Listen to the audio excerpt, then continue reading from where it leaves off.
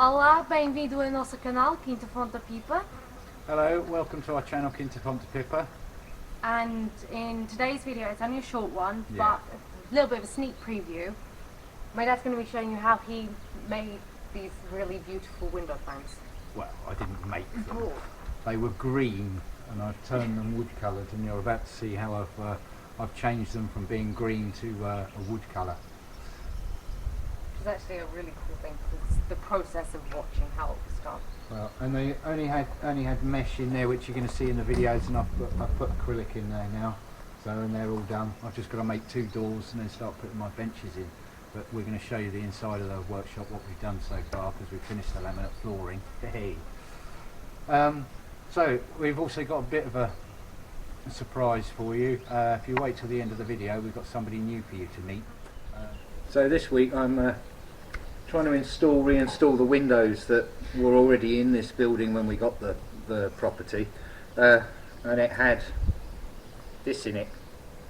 I'm sure it was well, it was either for ventilation for the pigs that were in there, but I think the pigs were a long time ago.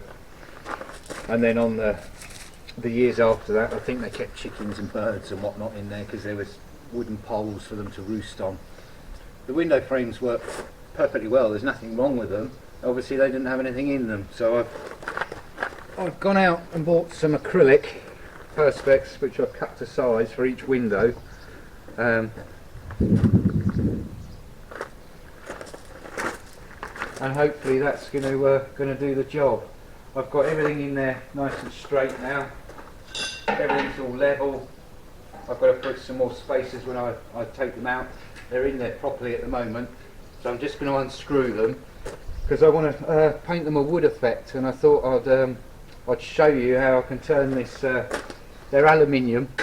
They're sort of like the cheapest aluminium window frames you can get out here. They haven't got windows that open or anything, they're just a frame. And I'm going to paint them in a wood effect. And I thought I'd show you how I'm going to do that, because some of you buying properties might buy a property with windows like this. You can, some of them are better quality than this that you can get in your houses of this older style. The windows aren't actually that bad. So you could paint them and save yourself a lot of money in replacing them if you want to change the colour of them. The rest of the windows and doors on our house are a wooden effect. They're aluminium, but they're a wooden effect. So I'm going to try and match this as close as I can. It's not going to be exact because of the type of paints that I'm using, but it's going to look a lot nicer in here and with the building than these horrible green frames. So I'll get myself sorted out, and I'll show you how I'm going to do it. So, in the style of Blue Peter, here's one I've prepared earlier. Obviously I don't need to paint the bits that we're not going to see. I've cleaned off all the old silicone and everything else, and I've just given it a light scuff up with a kitchen scouring pad. That's all it needs, like Scotch-Brite. I've given it one coat of S-Melt Ultra Brilliant, which is enamel spray. It's just a spray paint. This has gone hard now, and what I've got here is I may as well show you. I'm not advertising the brand, so I'll cover that up in case YouTube gives me any problems. This is a water-based wood stain. Well, it's a stain and a varnish, Barnese Brilliant, so it's a high gloss varnish, which I don't really want high gloss. I wanted a satin finish. But if it works out to be too bright, what I'll do is I'll go over with a satin varnish, and that will give it a dull tone. I've already stirred and shaken this.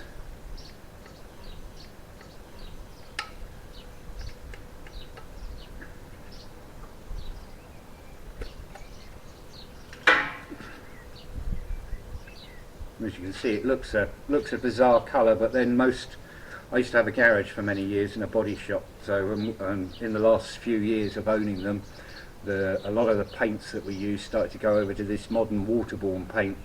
And when you spray a car black, when you're spraying it actually comes out green. It's quite a bizarre thing, and as it dries it goes to the correct colour. So this won't dry, this colour. This is light oak.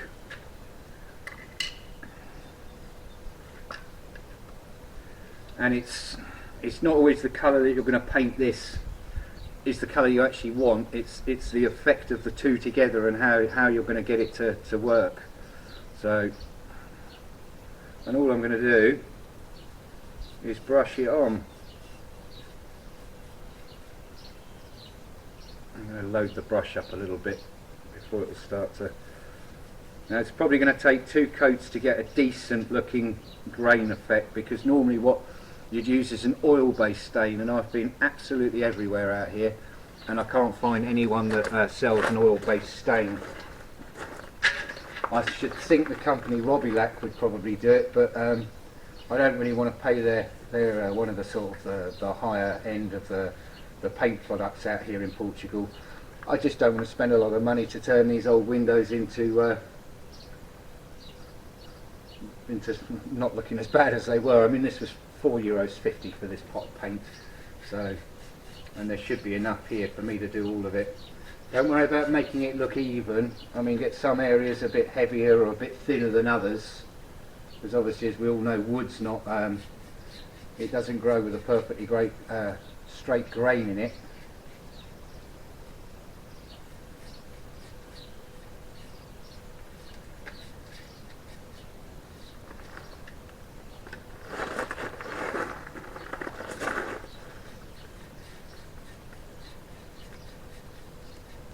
I mean, it says this spray colour is cream. It looks very, very white, but it isn't white. If it looks like it on the screen, it isn't white. It actually dries extremely quickly. Give this a couple of minutes and it'll be dry, which is quite well, it's Portugal, isn't it? In England it'll take quite a while because it's water based. You've got to let the water evaporate, which happens a lot slower than a chemical based paint. Alright, well, I'll let that dry for a couple of minutes and I'll bring you back when I do the second coat. So now I'm going to start putting the second coat on and building this colour up a little bit. I hope you can see that in the camera.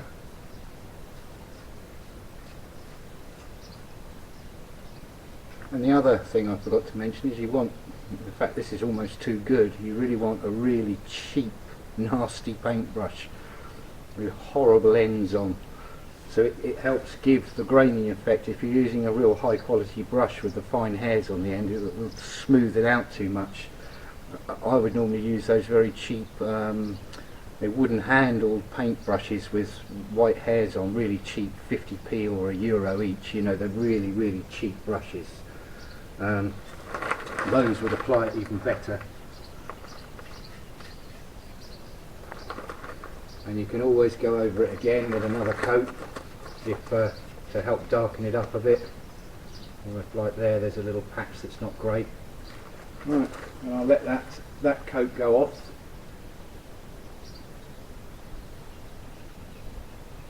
And then I'm going to give it a third coat, I think, just to make it that little bit darker. And if you don't let it dry long enough, and you start because it's water based, well, any spirit would do it the same, you'll drag off the first coat that you've already put on there, so you're better off leaving this for a little bit now. And what I'm going to do is I'm going to do the other side now, and whilst that gives that a chance to dry up a little bit.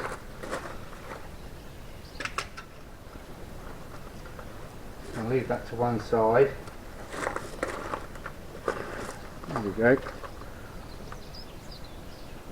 I'm just going to put this over here in the sun to dry. And here's a sort of a sample that I did earlier. This one, I don't know if you can see it, it's gone crackle glazed. Not a bad effect, but it's not what I wanted. That was with a sort of a spirit based varnish with a dye in it. And after I put the spray on, that was it. That was the varnish colour. It's too yellowy, too golden, and it flowed out too well. It didn't leave any sort of a grain mark in it. This is the water base that I put over this, and because it's an oil based varnish with a water based paint on top of it, they're repelling each other, so it's sort of given a crackle glaze, a bit like the crackle glaze paints you buy.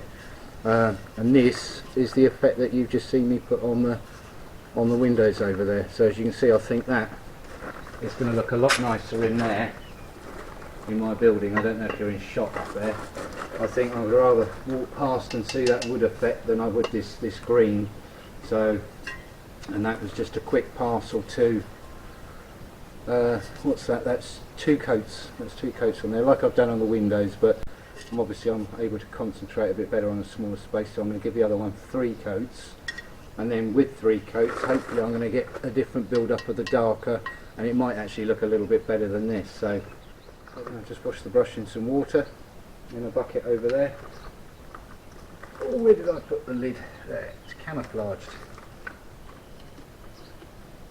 Right, and I'm now going to take the rest of these windows out and do the same to them, and I'll bring you back hopefully when I've painted them all. They might even be installed.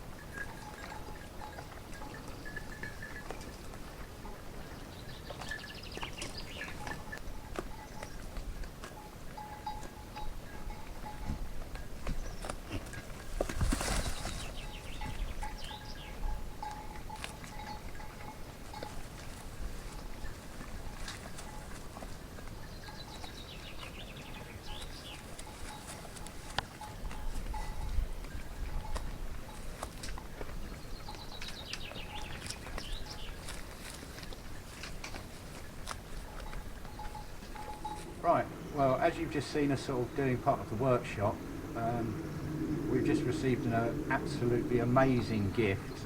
It's actually blown us away, to be quite honest, from Gerhard again. Gerhard is one of our patrons, and he's also a smashing guy. He sent us the money to pay for our website, which is almost up and running, and obviously we're sort of making sure that all the SEO, the Google stuff is all correct on the website, which is taking a long time. Quite complicated. Yeah, and we've got somebody that's going to help us, so we need to put all the photographs on the website, so he can then add all this techno stuff to the photographs and whatnot, so it registers on Google basically. So we're extremely grateful to Gerhard for the help with getting our website up and running. And then he said he was going to send us a parcel.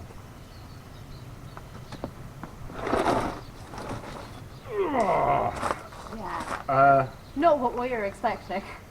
And he sent us a heck of a parcel. It's quite gobsmacking, to be quite honest. So I'm going to show you what this guy has sent us. Molly's going to hold on to those for a second. He's made these absolutely lovely little, this one I'm assuming is a sheep, and these ones are goats with their horns, and he sent us several of these, so I'm going to put these up here for you all to see, so I can get into this box. Oh, I nearly fell off the step. Yeah, do you want to put them up? I want to fall over. This one here does remind me a lot of Jeff. Which is our boy goat, our buck, if you haven't already seen the goat videos. Right.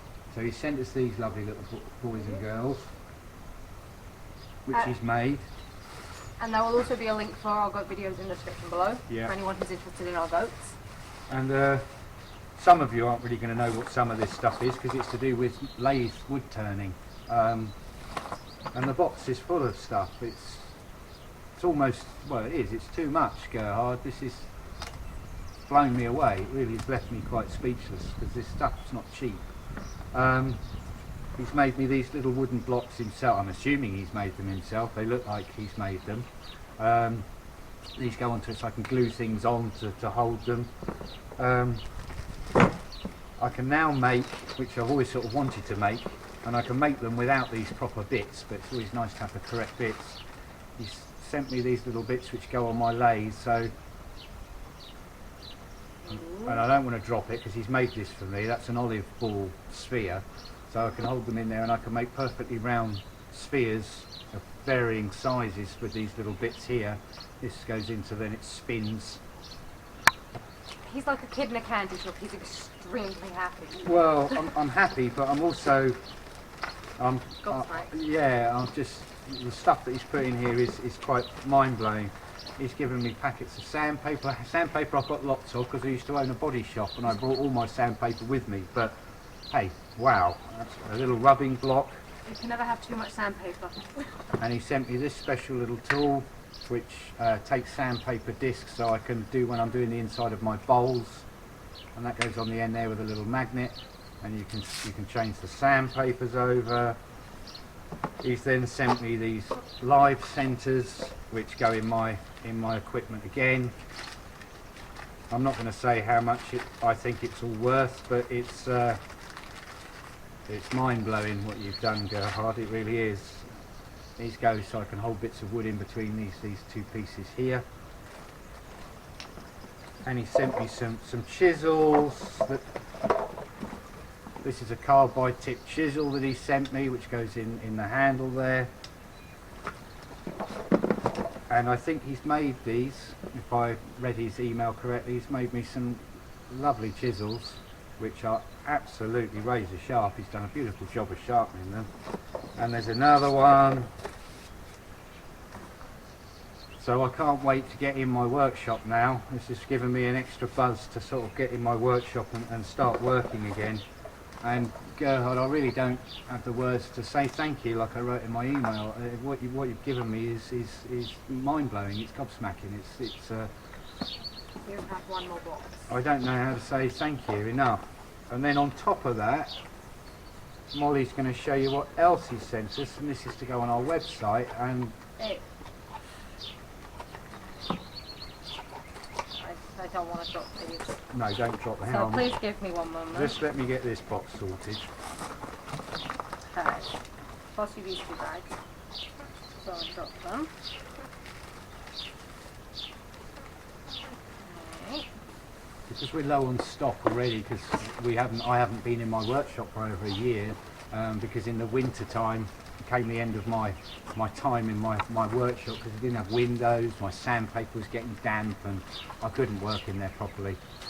But he has made us about 15 pens, absolutely beautiful, aren't they? Stunning. These are push button ballpoint pens, or twist ballpoint pens. We've got push button ballpoint pens. We have, this is made from, oh, what's the word? Gun stock. It's a gun stock. Yeah, I think that's from a gun stock.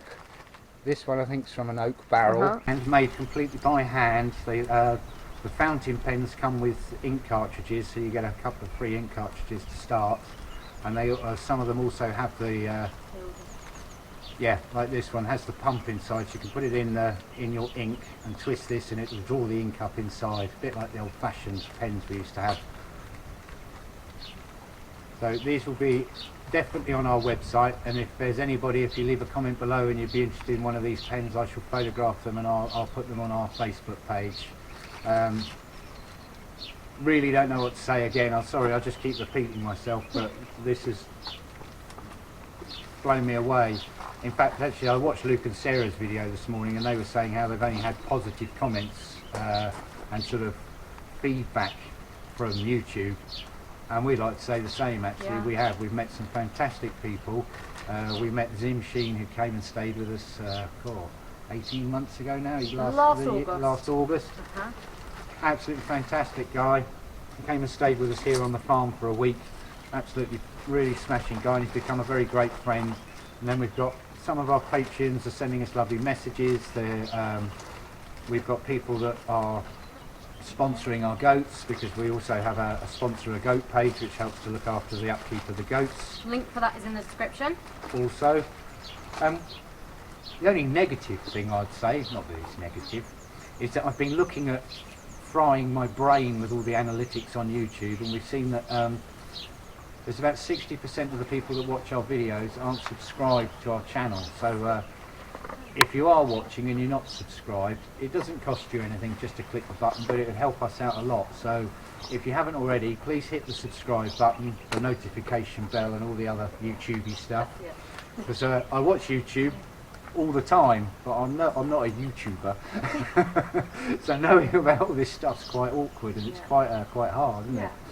So anyway, there we go, and we're going to carry on back with a little bit of the video. Right. Well, as you can see, I've got all the floor finished. The floor's down. So I'm going to come in, I'll show everybody.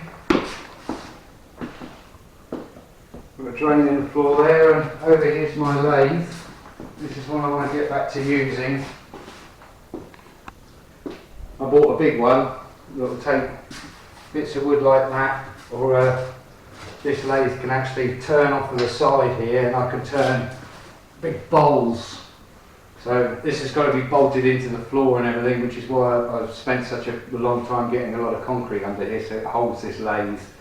Because when you've got big ugly bits of wood on there, it vibrates a lot. And I've only got a small selection of chisels, which I bought a starter kit, the cheapest kit they had with my lathe. So what Gerhard has given me is just it's going to help me no end. So there we go, my lathe workshop. So I've got the windows in, they're painted to look like wood, I've put acrylic in them.